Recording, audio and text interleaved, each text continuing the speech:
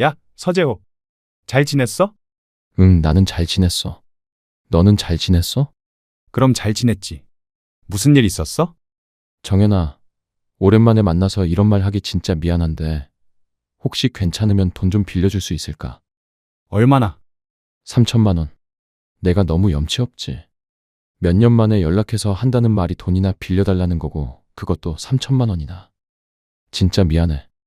그런데 3천만 원이 안 된다면 조금만이라도 빌려줄 수 없을까? 정말 미안해. 빌려줄게. 뭐? 안녕하세요. 저는 감동적인 사연을 즐겨 듣는 한 남자입니다. 오늘은 돈으로 사람을 샀던 15년 전 있었던 일을 얘기해 보려고 합니다. 그때 저는 30대 초반의 평범한 직장인이었습니다. 복잡한 지하철을 뚫고 아침 일찍 출근해서 발에 불이 나도록 회사를 뛰어다니며 일을 하고 점심시간이 되면 한숨 돌리고 함께 일하는 동료들과 커피 한 잔에 휴식을 갖는 그런 평범한 직장인이었죠. 가끔은 상사의 눈치를 보기도 하고 퇴근하지 않는 상사를 보며 퇴근을 미루기도 하고 원치 않는 야근을 하기도 하며 열심히 일해놓고 남 좋은 일 많이 하는 직장인이었습니다. 아마 회사를 다니셨던 분들이라면 모두 공감하실 것 같습니다. 사실 회사를 다니지 않는 사람들도 충분히 공감할 만한 내용이죠. 저는 평범한 사람입니다. 남들 대학 갈 때 가고 군대 갈 때 군대 가고 남들 연애할 때 연애하는 대한민국의 평범한 그런 사람이죠. 그때 제가 가지고 있던 고민은 어떻게 해야 일을 잘할 수 있을까와 나는 언제쯤이면 결혼을 할 수 있을까였습니다. 그렇게 쳇바퀴 도는 삶을 살던 중 낯선 번호로 전화가 왔습니다. 낯선 번호는 받지 않았기 때문에 무시했지만 매일 한 번씩 같은 시간에 전화가 오는 이유가 궁금해서 전화를 받았습니다. 여보세요. 전화를 받은 사람은 한동안 대답이 없었습니다. 장난치는 건가? 겨우 이거 하려고 며칠 동안 전화를 걸었다고? 라는 생각을 하며 전화를 끊으려던 순간 수화기 너머에서 목소리가 들렸습니다. 정연아, 잘 지내지? 제 이름을 부르는 낯선 목소리에 고개가 갸웃거려졌습니다. 누구세요? 약간 날카로운 목소리에 놀란 듯한 상대는 잠시 머뭇거리더니 자기가 누군지 밝혔습니다. 너가 기억할지 모르겠는데, 나 서재호야. 문영고 서재호? 너랑 고1 때 같은 반이었던. 저는 오랜만에 온 동창에 연락이 너무나 반가웠습니다. 재호와는 고등학교 때 절친하게 지낸 사이였기 때문이죠. 우와, 너 진짜 오랜만이다. 잘 지냈어? 나도 잘 지냈어. 밝은 제 목소리와 달리 재호의 목소리는 풀이 죽어 있었습니다. 재호의 목소리를 듣자마자 아차 싶었습니다. 10년 넘게 단 한 번도 연락한 적 없던 저에게 재호가 연락한 이유는 분명 심상치 않은 것이었을 테니까요. 저는 조심스럽게 재호가 오늘 왜 연락했는지 기다렸습니다. 저 얼굴 한번 볼 수 있을까? 한번 보자는 말이 그렇게 무거운 말이 될 수 있다는 것을 그때는 몰랐습니다. 재호가 어떤 일로 보자고 하는지 듣지는 못했어도 어느 정도 예상은 가능했습니다. 이런 경험은 처음이었지만 통문으로 들은 것으로 알고 있었거든요. 오랫동안 본 적 없던 사람에게 갑작스럽게 연락이 왔다면 그건 분명 돈 문제일 테니까요. 솔직히 이런 연락은 피하는 게 상책이라고 알고 있었기 때문에 거절하고 싶었습니다.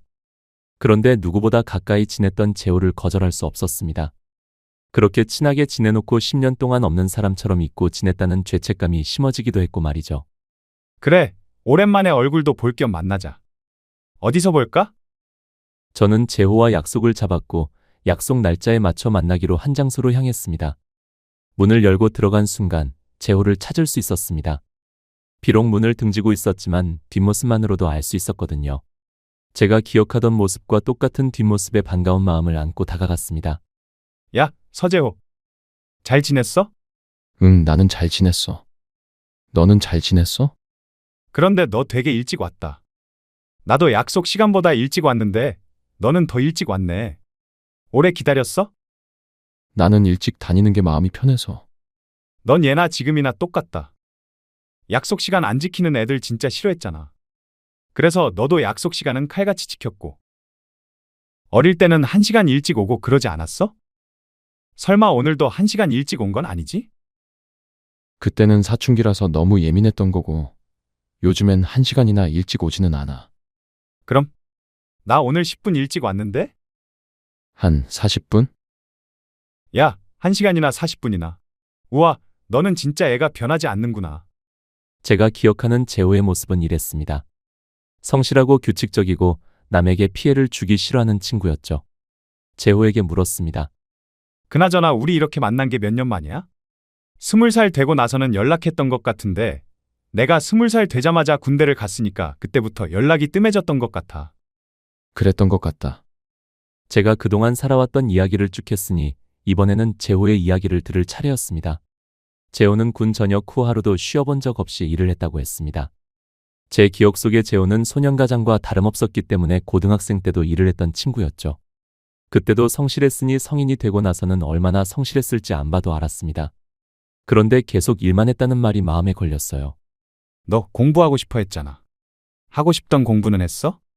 그냥 하고 싶었다는 거지. 할 수 있을 거라고 생각은 못했어. 그랬구나. 편찮은 할머니와 심각한 알코올 중독의 아버지 밑에서 자랐으니 재호는 결핍이 많은 아이로 자랄 수밖에 없었습니다. 제가 해줄 말은 그랬구나 밖에 없었죠. 재호는 제 마음을 읽었는지 계속해서 말을 이어갔습니다. 괜찮아. 공부하고 싶다는 것도 고등학생 때까지였고, 애초에 군대는 말뚝박을 생각하고 간 거였어. 그런데 왜 말뚝 안 박았냐? 너라면 군 생활도 잘했을 것 같은데. 군대에서 허리를 다쳤어. 허리는 어때? 지금은 좀 괜찮아? 생활에 큰 문제는 없어. 서로 그동안 지내온 이야기를 다 하고 나니 어색한 정적이 감돌았습니다. 이제 슬슬 이야기를 꺼낼 때라고 생각했을 때 재호가 저를 만나고자 한 이유를 말했습니다. 정연아, 오랜만에 만나서 이런 말 하기 진짜 미안한데 혹시 괜찮으면 돈 좀 빌려줄 수 있을까? 얼마나? 3천만 원. 고개를 푹 숙인 채 작은 목소리로 내뱉은 3천만 원이라는 액수에 저는 적잖이 놀랐습니다. 예상은 했지만 더 놀랐죠. 지금 3천만 원도 적은 돈이 아닌데 10년 전 3천만 원의 가치는 지금보다 훨씬 높았습니다. 게다가 당시 30대 초반이었던 제 나이를 생각하면 상상도 못할 정도로 큰 돈이었죠. 재호가 이 사실을 모를 리가 없었습니다. 재호는 3천만 원을 입에서 뱉어놓고 어쩔 줄 몰라 하며 고개를 숙이고 입을 꾹 다물었습니다. 제 수중에 3천만 원이 없었다면 모르겠지만 저에게는 3천만 원이 있었습니다. 회사를 다니면서 모아둔 것도 있었지만 대학을 다닐 때 아르바이트를 해서 번 돈과 군대에 있을 때 모은 작은 돈을 합친 것이었죠. 하지만 그 돈도 앞으로 제가 이것저것 할 것들을 생각하면 저한테 필요한 돈이기는 했습니다. 3천만 원을 들은 후로 많은 생각이 스쳐 지나갔습니다. 나에게 돈이 있는지, 이 돈을 어디다 쓸 예정인지, 이 돈을 모으는데 얼마나 고생했는지, 이 돈을 빌려준다면 돌려받을 수 있을지, 재호를 믿고 큰 돈을 맡겨도 되는 건지, 혹시 재호가 돈을 들고 도망가는 것은 아닌지. 그렇게 고민하는데 재호가 또 한 번 운을 뗐습니다. 내가 너무 염치 없지. 몇 년 만에 연락해서 한다는 말이 돈이나 빌려달라는 거고 그것도 3천만 원이나. 진짜 미안해. 재호는 침묵의 의미를 거절로 이해한 듯했습니다. 그런데 재호는 거절의 의미라고 생각했으면서도 또다시 비슷한 말을 했어요. 그런데 3천만 원이 안 된다면 조금만이라도 빌려줄 수 없을까? 정말 미안해. 재호의 얼굴은 금방이라도 울 것처럼 보였습니다. 30이 넘은 남자가 터져나오는 눈물을 참는 모습이 얼마나 애처로운지 보셨나요? 저는 재호에게 말했습니다. 빌려줄게. 뭐? 내가 빌려준다고. 3천만 원이라고 했지? 오늘은 못 보내주고 내일 보내줄게. 회사 점심시간에 잠깐짬 내서 은행 가면 보낼 수 있을 거야. 재호는 깜짝 놀라면서 얼떨떨함과 놀람이 섞인 표정을 하며 저에게 물었습니다. 3천만 원을 전부? 그렇게까지는 안 해도 돼. 나도 말해놓고 너무 염치가 없어서 부끄러웠어. 그건 그냥 헛소리라고 생각해줘. 나는 정말 조금이라도 괜찮아. 여러 사람한테 빌리면 힘들잖아. 내가 빌려줄게. 재호는 결국 울음을 터뜨렸습니다. 주변에 시선이 쏠리는 것도 신경 쓰지 못한 재호는 재호를 보니 마음이 짠해지더군요. 저는 재호가 울음을 그칠 때까지 기다려주었습니다. 눈물을 그친 재호가 이내 말을 꺼냈습니다. 정말 고맙다, 정연아. 내가 염치도 없이 이런 부탁을 했는데 정말 고마워. 그러고는 3천만 원을 가지고 앞으로 무엇을 할 것인지에 대한 계획을 전부 설명하기 시작했습니다. 3천만 원은 사업을 하면서 생긴 빚을 갚고 다시 사업을 시작하는 내 초기 자금으로 쓸 거야. 갑작스러운 사업 얘기에 당황했습니다. 지금 사업하다가 빚을 진 건데 또 같은 사업을 한다니. 벌써 돈을 많이 잃었는데 또 잃을 생각인 건가? 이거 돈을 못 받을 수도 있겠는데? 얘가 예전에 재호가 아니면 어떡하지? 라는 생각이 또 한 번 소용돌이쳤죠. 순간적으로 너무나 많은 생각이 들었습니다. 재호도 제 생각을 알아차린 것 같았습니다. 사업 아이템이 안 좋아서 빚을 진 건 아니야. 동업하던 형이 있었는데 그 형이 거래처한테서 받아둔 계약금을 들고 튀어버렸어. 일이 술술 풀리는 중이었는데 갑자기 도망친 이유는 지금 찾고 있는데 그 형이 도망만 가지 않았어도 계약건들 마무리하고 잔금까지 치를 수 있었을 거야. 너가 못 믿을 수도 있다고 생각해. 그 형이 도망가자마자 신고했거든. 그 내용을 보여줄게. 증인 서준거래처 사장님들 연락처도 줄 수 있어. 그거 보고 빌려줘도 되겠다고 생각하면 그때 빌려줘. 그러면 빚은 동업자가 들고 튄 계약금 때문에 생긴 거야? 그거랑 위약금까지. 위약금은 면제해준 곳도 많은데 아닌 곳도 많아서 내가 지금까지 어떻게든 해결해 보려고 했는데 해결이 안 돼. 내가 도움을 받을 사람이 없었어. 아무리 생각해도 너무 염치가 없다. 미안해. 재호는 벼랑 끝에 서 있었습니다. 제가 이 자리에서 거절하는 건 재호를 벼랑 끝에서 밀어버리는 것과 똑같았죠. 미안할 게 뭐 있어. 미안해하지 마. 내일 약속한 대로 돈 보내줄게. 대신 너도 오늘 가자마자 말했던 자료 정리해서 내일 퀵으로 보내줘. 재호의 얼굴에는 화색이 돌았습니다. 사실 자료는 저에게 별다른 의미가 없었어요. 그걸 보내주든 보내주지 않든 저는 3천만 원을 보내줄 거였기 때문입니다. 내 마음에는 이미 돈 3천만 원으로 사람 한 명 살린다고 치자라는 생각이 있었던 것이죠. 재호는 이후로도 저에게 확신을 주기 위해 노력했습니다. 이게 내가 구상한 사업 아이템이야. 재호는 가방에서 제본된 종이 뭉치를 꺼냈습니다. 거래처 사장님들이랑 미팅할 때 쓰는 자료인데 이거 보고 투자해주신 분들도 많아. 이쪽 분야를 잘 모르는 평범한 회사원인 제가 봐도 재호의 사업 아이템은 심상치 않았습니다. 도망간 동업자가 대체 이런 아이템을 두고 왜 도망갔는지 도통 이해가 되지 않았죠. 동업자는 왜 이런 아이템을 두고 도망을 간 거야? 나도 그 이유를 알고 싶어. 내가 예상하는 바로는 당장 눈앞에 있는 돈에 욕심이 난 게 아닐까 싶어. 계약된 내용을 처리하고 잔금을 받을 때까지는 시간이 좀 걸리니까 본인이 지금까지 투자했던 투자금을 하루라도 빨리 회수하고 싶었던 거지. 그렇게 바보 같은 인간이 있다고? 매일같이 잔금 언제 받을 수 있냐고 노래를 불렀거든. 그게 아니라면 도무지 이해가 되지 않아. 그래, 나도 그런데 너는 어떻겠냐? 3천만 원이 생기면 일단 이 회사한테 계약금과 위약금을 물어줄 거야. 이것만 해결되면 다시 거래를 해주신다고 했거든. 그 일이 있었는데도 다시 거래해준대. 감사할 따름이지. 열심히 설득하기도 했고 상황도 다 아시고 이 회사랑 거래를 시작하면 나머지 돈으로 그동안 하려고 했던 일을 계속할 거야.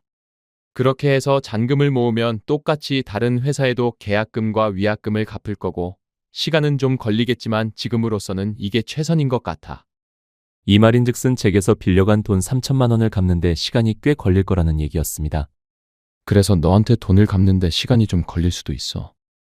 이 얘기는 꼭 해줘야 할 것 같아서. 어느 정도 걸릴 것 같은데? 그건 확실하게 말하기는 어렵다.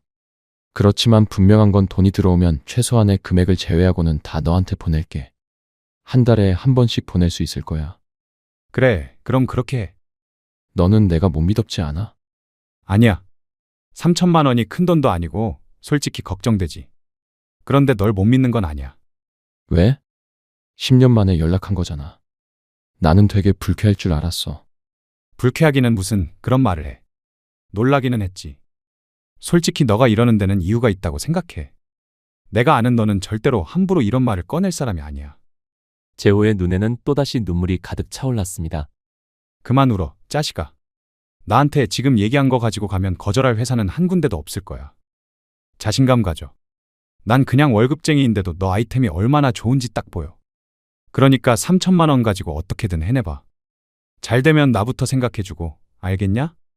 그렇게 재호를 보내고 다음날 약속한 대로 3천만 원을 송금했습니다.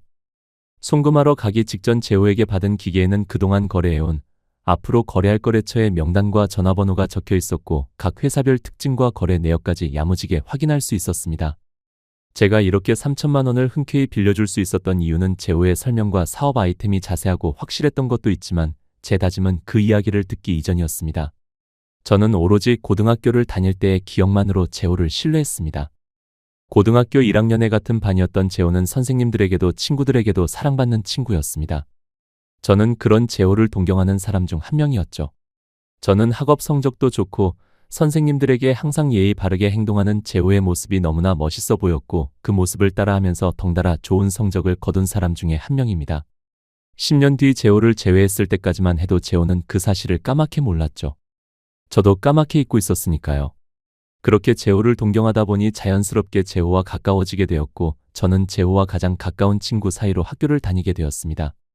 학교 생활은 즐거웠어요. 잠자는 친구가 있으면 분무기를 뿌려서 잠을 깨우고 쉬는 시간이 되면 나가서 공을 차고 밥 시간이 되면 전력질주에서 맛있는 반찬을 선점했죠. 그런데 학교가 마친 후에는 재호와 시간을 보낼 수 없었습니다. 그 흔한 독서실을 같이 다니자고 해도 재호는 곤란한 내색을 비쳤습니다. 처음에는 왜 그러는지 알 수 없었습니다. 나중에 알게 된 사실은 재호가 소년 가장으로 살고 있다는 것이었어요. 재호가 고등학교 3년 내내 학교를 첫 번째로 올 수 있었던 이유는 새벽같이 일어나 신문을 돌렸기 때문이라는 걸 아주 우연한 계기로 알게 되었습니다. 고등학교 1학년 여름방학을 지나고 나서 저는 살이 굉장히 많이 쪘습니다. 부모님이 이제 슬슬 살을 빼야 하지 않겠냐고 말씀하셨지만 내가 뺄 살이 어딨냐면서 그 말을 무시하다가 2학기가 시작되고 교복이 맞지 않았을 때 현실을 직시하게 되었습니다. 큰 충격을 받고 그날부터 운동을 시작했어요. 새벽같이 출근하시는 아버지와 함께 일어나 아버지가 출근 준비를 하실 때 저는 집 앞 공원에서 달리기를 했죠. 그렇게 땀을 쭉 빼고 집에 들어와서 아침 식사를 하시는 아버지와 함께 밥을 먹고는 했습니다. 한동안은 그게 제 아침 일상이었어요. 그날도 어김없이 집 앞 공원에서 달리기를 하고 집에 돌아가는 길이었습니다. 아주 이른 아침이라 적막함이 가득했는데 멀리서 큰 소리가 나더군요. 무슨 일인가 싶어 다가가니 자전거를 여기 내팽개치면 어떡해라고 소리 지르는 경비원 아저씨가 보였습니다. 아저씨 앞에는 제 또래의 남자아이가 죄송하다는 말을 하고 있었죠. 손에는 신문지 뭉치를 들고요. 급하게 내리느라 자전거가 넘어졌나 봐요. 죄송합니다. 지금 그게 문제가 아니잖아. 그러다가 사람이 걸려서 넘어지면 어쩌려고? 남자아이는 연신 고개를 숙이며 죄송하다는 말을 하고 있었습니다. 무슨 일인지는 모르겠지만 제가 낄 일은 아니었기 때문에 돌아가려는 찰나 남자아이가 몸을 돌렸고 저는 눈이 마주친 뒤 아주 잠깐 멈칫했고 까무러치듯 놀랐습니다. 재호였어요. 멀리서 봐도 재호였죠. 설마 거기서 재호를 만날 거라고 생각을 못했기 때문에 재호의 목소리를 듣고도 재호라는 생각을 못했던 거였습니다. 재호에게 다가가니 재호는 당황스러운 표정을 지었고 경비 아저씨는 더더욱 놀란 표정을 지었습니다. 뭐야? 둘이 아는 사이니? 네, 같은 반 친구예요. 재호에게 다가가는데 그 순간 아버지가 나타나셨습니다. 너는 왜 집에 안 들어오냐? 엄마가 찾아오라고 난리야 난리. 밥 식으니까 얼른 들어와. 아버지는 어딘가 이상한 기류를 느끼셨는지 제게 물으셨습니다. 뭐야? 대답이 없자 경비 아저씨에게 물으셨죠. 애들이 무슨 잘못했나요? 왜 아침부터 애들이랑 여기에? 경비 아저씨는 당황해하며 자리를 떠나려고 하셨습니다. 그렇게 당황하시는 걸 보면 상황이 어떻게 된 건지 파악하는 건 순식간이었죠. 내 친구가 자전거를 쓰러뜨렸는데 그것 때문에 화가 많이 나셨어. 아버지는 갸웃거리며 물으셨습니다. 이게 넘어가면서 차라도 긁었니? 아니요. 경비 아저씨. 누가 자전거에 부딪혔습니까? 아니, 그 자전거를 쓰러뜨리면 사람들이 지나가다가 다칠 수도 있고. 여기 자전거 두는 곳 아닙니까? 여기 옆에도 쓰러진 자전거 천지인데 누가 여기에 걸려 넘어진다고요? 애들이 잘못한 게 있으면 말씀하세요. 제가 데려가서 단단히 혼을 내겠습니다. 경비 아저씨는 별다른 말을 하지 못하고 자리를 떠났고 아버지는 저와 재호에게 경비 아저씨가 오늘 무슨 기분 나쁜 일이 있으셨나 보다. 재호라고 했지.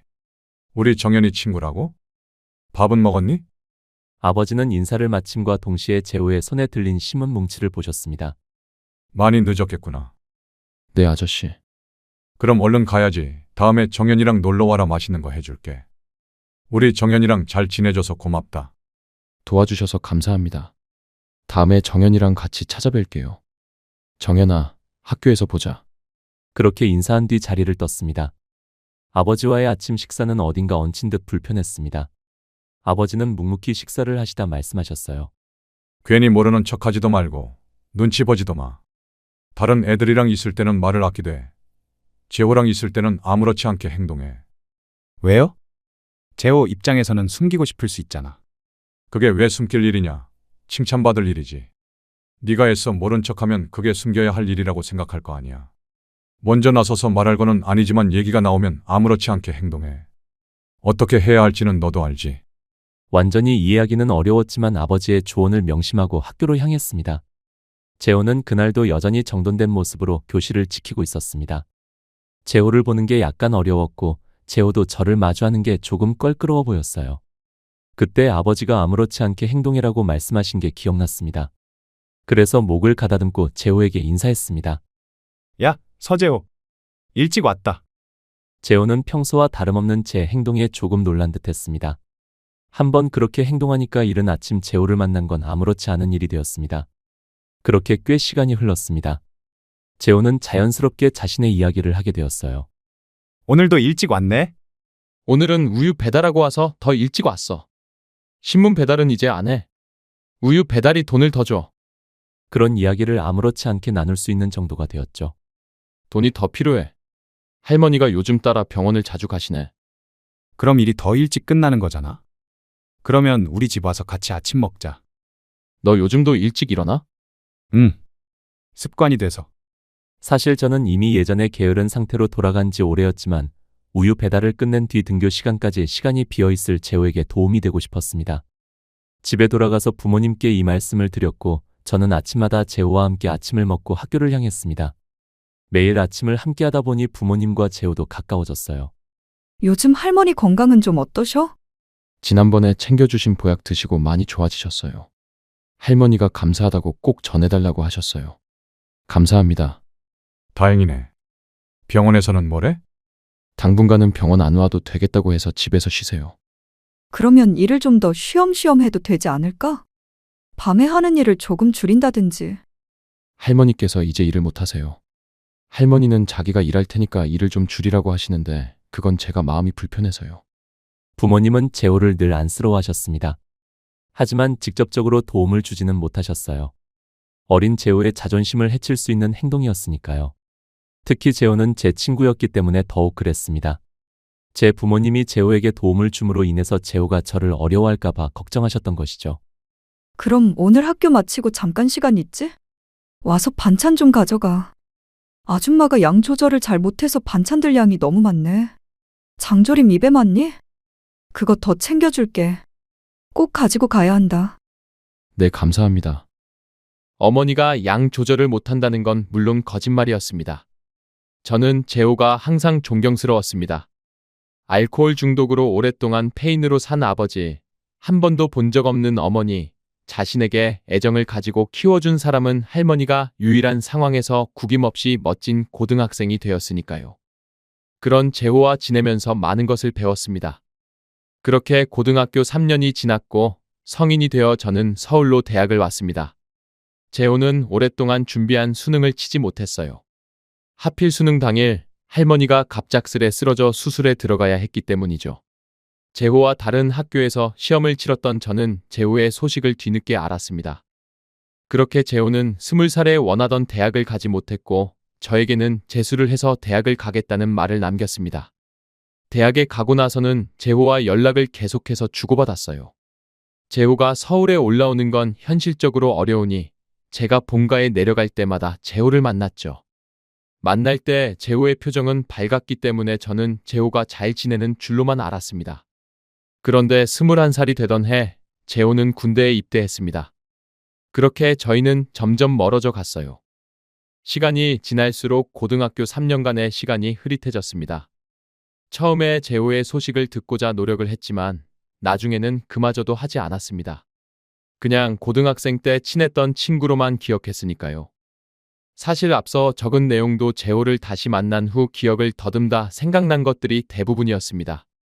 10년이면 강산도 변한다는데 재호를 만나니 알겠더라고요. 재호가 돈을 빌려달라고 했을 때 이 기억들이 되살아났고 저는 그때의 기억으로 재호에게 돈을 빌려준 것이었습니다. 비록 그동안 연락 한 번 없이 살았는지 죽었는지 안부조차 묻지 않는 사이였지만 제 기억 속 재호는 제가 빌려준 3천만 원을 결코 허비할 친구가 아니었습니다. 제 예상은 적중했습니다. 정확히 제가 돈을 빌려준 지 한 달째 되는 날부터 한 달에 한 번씩 돈이 들어왔습니다. 적으면 10만 원 또는 20만 원, 많으면 100만 원 가까이. 그럴 때마다 재호는 제 메일로 돈을 어디에 썼는지, 어떻게 이 돈을 벌었는지, 상환해야 하는 돈은 얼마나 남았는지 자세히 적어 보내주었습니다. 제가 제 상사에게 브리핑하는 것과 비슷하더라고요. 처음에는 그런 메일이 부담스러워서 재호에게 굳이 이런 메일을 적어서 보내지 않아도 괜찮다고 말했습니다. 그런데 재호는 그건 절대 안 된다며 메일을 계속해서 보내왔고, 저는 재호의 마음이 불편하지 않도록 아무 말하지 않았습니다. 답장도 하지 않았어요. 제가 답장을 하면 독촉하는 것처럼 보일까 걱정이 됐기 때문이었죠. 물론 매달 돈이 들어온 건 아니었습니다. 어떻게 한순간에 수입이 안정되겠어요. 재호도 먹고 살아야 하니 최소한의 생활비를 제외하고 보면 보낼 돈이 없었을 수 있습니다. 재호가 얼마나 허리띠를 졸라 매고 지낼지 알고 있었기 때문에 돈이 들어오지 않는 것조차 신경 쓰지 않았습니다.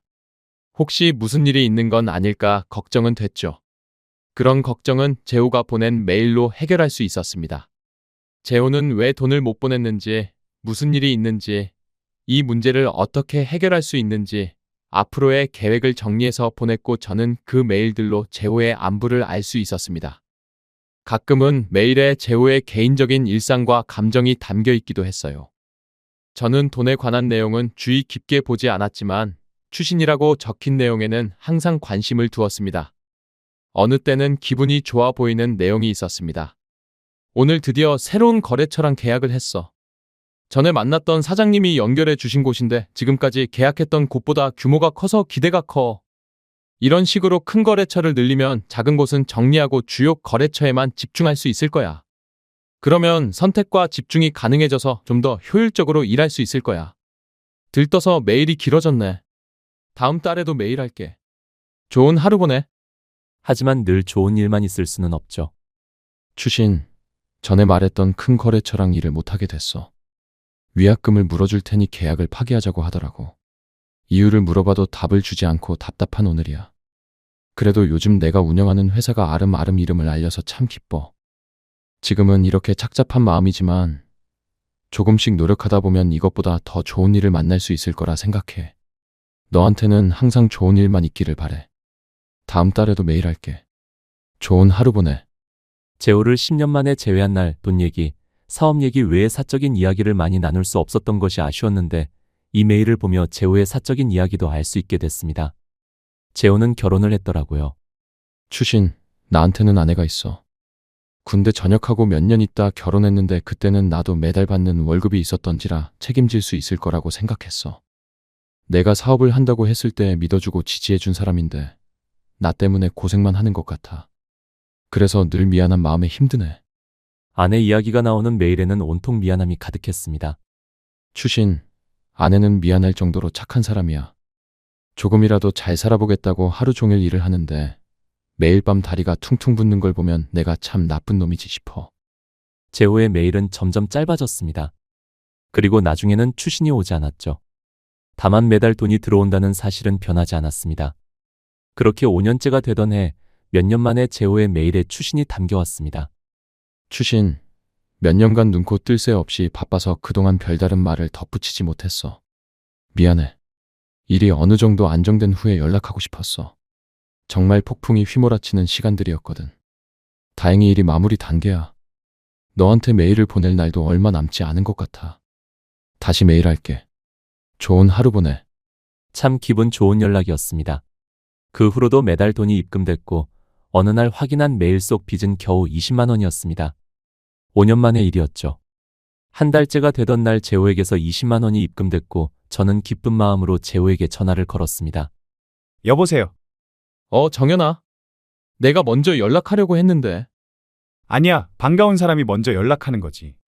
벌써 5년이나 지났다. 잘 지낸 거지? 덕분에 잘 지냈지. 얼굴 보고 얘기하고 싶은 게 있는데 시간 좀 내줄래? 저는 매우 기쁜 마음으로 재호를 만나러 갔습니다. 여전히 재호의 뒷모습은 듬직했고 여전히 일찍 나와서 저를 기다리고 있었습니다. 야, 서재호. 친구의 이름을 부르며 재호 앞에 나타났는데 재호의 뒷모습은 여전했지만 앞모습은 아니었습니다. 깔끔한 정장 차림에 깔끔하게 넘긴 헤어스타일까지. 야, 너 얼굴 많이 좋아졌다. 너도 참 한결같다. 약속 시간에 미리 나오는 것도 무슨 일이 있어도 아무 일 없었던 것처럼 대해주는 것도. 너 신문 배달하는 거 알았을 때처럼? 그때가 기억나? 야, 당연하지. 10년이 넘은 얘기잖아. 성인이 되고 나서는 서로 생사도 몰랐고 나랑 있었던 일은 당연히 잊어버렸을 줄 알았어. 사람이 정이 있지. 저희는 술 한 잔을 기울이며 대화를 이어갔습니다. 말을 먼저 꺼낸 건 저였어요. 솔직히 너한테 연락 왔을 때 누군가 했다. 10년이라는 세월이 짧은 세월이 아니더라 그렇지. 그동안 군대도 다녀왔고 나는 결혼도 했고 사업도 하고 쫄딱 망하기도 하고. 나는 대학도 졸업하고 군대도 다녀오고 회사 다니면서 승진도 했지. 연애도 시작했고 내 인생 사는 것도 바쁜데 과거를 돌아볼 여유가 있었겠냐? 그래도 너 만나서 참 좋았어. 옛날 생각하니까 즐겁더라. 재호는 한동안 말이 없었습니다. 그리고 5년 동안 메일에 미처 적지 못했던 이야기를 털어놓았어요. 5년 동안 너한테 하고 싶은 말이 참 많았는데 힘들다고 하면 돈 갚는 게 힘들다고 징징거리는 것처럼 느껴질까 봐 쉽게 말을 못했어. 힘들다고 조금이라도 티낸 날에는 엄청 후회했고 그래. 그런 것 같더라. 그러면 최근이 제일 힘들었던 거야?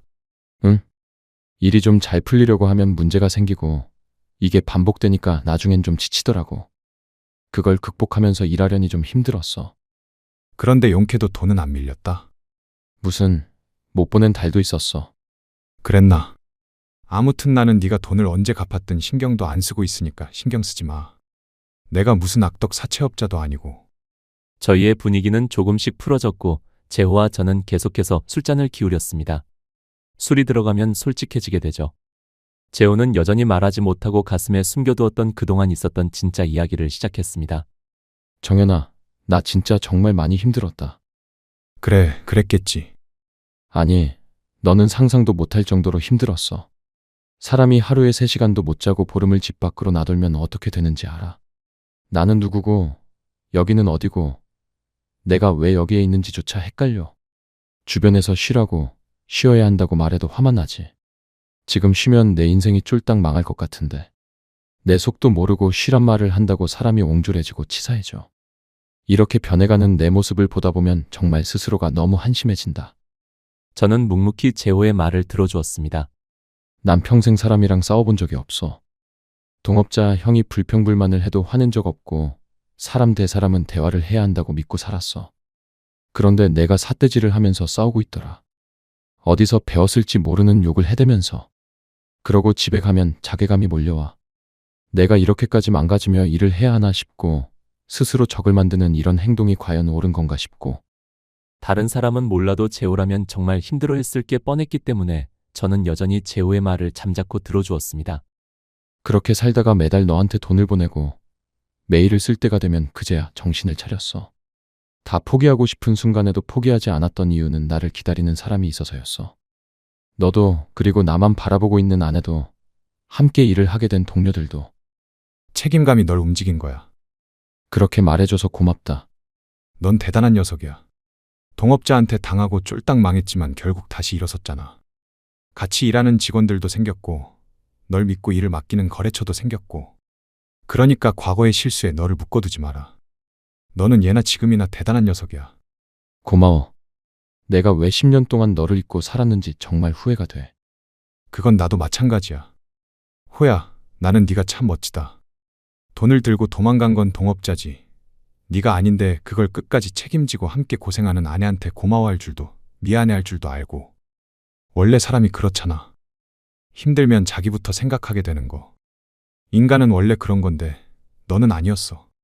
너는 어떻게 생각할지 몰라도 내가 보는 너는 그래. 제가 누군가에게 위로가 될 수 있을 거라는 생각은 못했는데 이런 식으로 재호를 위로하게 되다니. 재호를 보며 뭉클한 마음이 들었습니다. 저에게 고맙다는 말을 연신하던 재호는 가방을 열더니 통장을 건넸습니다. 술 먹다가 한탄했다가 위로했다가 감동적인 시간을 보내고 있다고 생각했던 이 시점에 통장이라니 이게 뭔가 싶었습니다. 통장을 왜 줘? 열어봐. 재호가 준 통장을 본 저는 더 의아해하며 물었습니다. 3천만 원. 이게 뭐야? 그거 이자야. 너한테 빌렸던 3천만 원에 대한 이자. 저는 황급히 통장을 내려놓으며 재호에게 건넸습니다. 너 미쳤어? 3천만 원이 휴지 조각도 아니고 어떻게 이걸 그냥 줄 생각을 해? 그리고 내가 사채업자도 아니고 무슨 이자가 원금이랑 똑같아. 당황스러운 마음에 말을 와다다 쏟아내는데 재호가 처음으로 밝은 얼굴로 말했습니다. 너한테 그 돈이 있었으면 어딘가에 투자를 하든 적금을 하든 여러 방법으로 돈을 불렸겠지. 그거에 대한 이자야. 내가 5년 동안 3천만 원으로 할 수 있었을 너의 기회를 샀다고 생각해줘. 난 내가 산 기회의 대가를 지불한 것뿐이야. 아니, 아무리 그래도 이건 너무 큰 돈이야. 너 사업 안정된 지도 얼마 안 됐다며. 맞아. 저는 얘가 사업이 잘 풀려서 들뜬 게 아닌가 하는 걱정이 들었습니다. 굳이 꼭 주고 싶으면 사업이 좀 안정된 다음에 줘. 지금은 아니야? 아니야. 이렇게 해야 내가 마음이 편해서 사업에 집중할 수 있을 것 같아. 나 도와준다고 생각하고 꼭 받아줘. 저희의 실랑이는 술집이 문을 닫을 때까지 계속되었습니다. 결국 고집의 승리는 재호의 손에 돌아갔고 저는 3천만 원이 담긴 통장을 꼭 쥔 채 집으로 돌아가서 아무도 모르는 곳에 통장을 숨겼습니다. 그 후 저는 곧장 부모님에게 연락을 드렸어요. 아버지, 재호 기억나세요? 재호, 서재호요. 나 고등학생 때 매일 집 와서 아침 먹고 반찬도 챙겨주고 했던. 아, 그럼 기억하지. 그 녀석 참 똑부러졌었는데 요즘도 연락하고 있었냐? 괘씸하기는 얼굴 한번 안 비춰주고 말이야. 나중에 한번 데려와 밥이나 한 끼 지어주게. 저는 본가로 내려가 재호와 있었던 이야기를 말씀드렸습니다.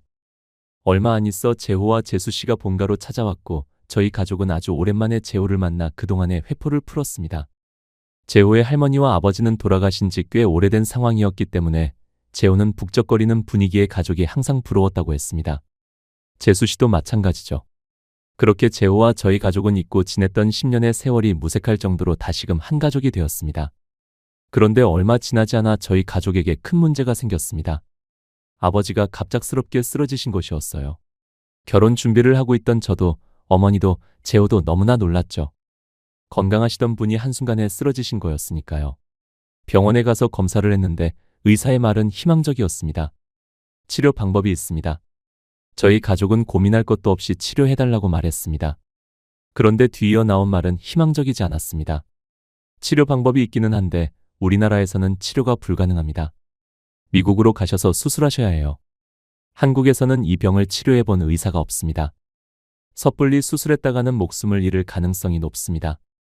저희는 곧장 아버지를 미국에서 수술시킬 방법을 찾아보았지만 현실적인 문제에 부딪혔습니다. 터무니없는 비용 때문이었어요. 미국에서 치료를 받는 거라 보험은 꿈도 못 꿨고 미국인들에게도 살인적인 병원비를 외국인인 저희가 감당할 방법은 없었습니다. 결국 아버지가 이 사실을 알게 되셨고 아버지는 자신을 포기하라는 말까지 할 정도였습니다. 결혼 준비는 올스톱 됐고 어머니와 저는 하루하루를 지옥에서 살았습니다. 그런데 어느 날 퇴근을 하고 집으로 가는데 집 앞에 재호가 기다리고 있더군요. 왜 여기 있냐? 집에 들어가 있지. 어머니, 아버지 계셔? 재호는 말없이 저를 차에 태웠고 조금 거리가 있는 곳으로 차를 옮겼습니다. 뭔 일이길래 여기까지 데려가? 부탁할 게 있는데 네가 거절할 게 뻔해서 멀리 데려가는 거야. 부탁 안 들어주면 그냥 거기 버리고 오게. 터무니없는 말에 헛웃음을 짓고 나니 목적지에 도착해 있었습니다. 도착한 곳은 인적 드문 항구였어요. 그래서 할 말이 뭔데? 재호는 저와 나란히 서서 바다를 바라보다 한마디를 툭 던졌습니다. 아버지, 미국 모시고 가자. 쉽게 말할 문제 아니라는 거 알잖아. 병원비가 얼마나 나올지 감당이 안 될 정도야. 빚이라도 내고 모시고 가고 싶은데 너도 알잖아. 불가능해. 내가 모시고 갈게. 당연히 병원비 부담도 내가 할 거고. 너 미쳤냐? 네가 그 돈을 왜 내? 그건 내도 내가 내야지. 그래서 부탁이라고 했잖아. 이렇게 안 하면 나는 평생 마음의 짐을 진 상태로 살 거야. 아버지를 위한 것이기도 하지만 결국 나를 위한 것이기도 해. 고등학생 때 10년 만에 만난 나를 믿어주고 3천만 원을 빌려줬을 때, 5년 동안 아무 말 없이 나를 기다려줬을 때, 5년이 지나 나를 가족으로 받아줬을 때 나는 이미 너의 형제였고 어머니, 아버지 자식이었어. 너는 아니냐? 저는 재호의 말에 반박할 수 없었습니다. 재호는 제게 형제나 다름없었으니까요. 그날 저는 펑펑 울었고 이후에 정말 재호는 아버지를 모시고 미국으로 향했고 그곳에서 발생하는 모든 비용을 부담했습니다. 저라면 감당할 수 없었을 금액이었지만 재호는 결국 그 많은 병원비를 해결해줬죠. 아버지의 치료가 성공적으로 끝나 한국으로 돌아오셨을 때 저는 그제야 웃으며 말할 수 있었습니다. 야, 서재호 돈 엄청 벌었나 보다. 내가 서재호의 경제력을 얕봤네. 그러면 형님이라고 불러 임마. 그런가? 아니, 그럴 수는 없지. 너 그때 내가 3천만 원 안 빌려줬어 봐. 지금 깡통 차고 있었을걸? 그래. 네가 내 형님이다. 형님 맛있는 밥이나 먹으러 가시죠. 저희는 여전히 지나간 일이 아무것도 아니었던 것처럼 웃으며 지내고 있습니다. 그동안 재호는 오래 기다렸던 아이를 품에 안았고 저도 결혼해서 아이를 낳았습니다. 아버지는 언제 편찮으셨냐는 듯 건강을 회복하셨고 전원주택을 지어 그곳에서 행복하게 지내고 계십니다. 저는 그때 저에게 전부인 3천만 원을 10년이나 잊고 지냈던 친구에게 주었습니다. 그리고 5년이 지났을 때 저는 세상의 그 무엇과도 바꿀 수 없는 인연을 얻게 되었습니다. 해외로 도주했다 잡힌 동업자처럼 사람을 속이고 자신의 이득을 취하는 사람도 있지만 의리와 은혜를 알고 도리를 지키는 사람이 있다는 걸 쌀함에 치여 힘들어하는 분들이 다시 한번 기억하실 수 있다면 참 행복할 것 같습니다. 지금까지 제 사연을 들어주셔서 감사합니다.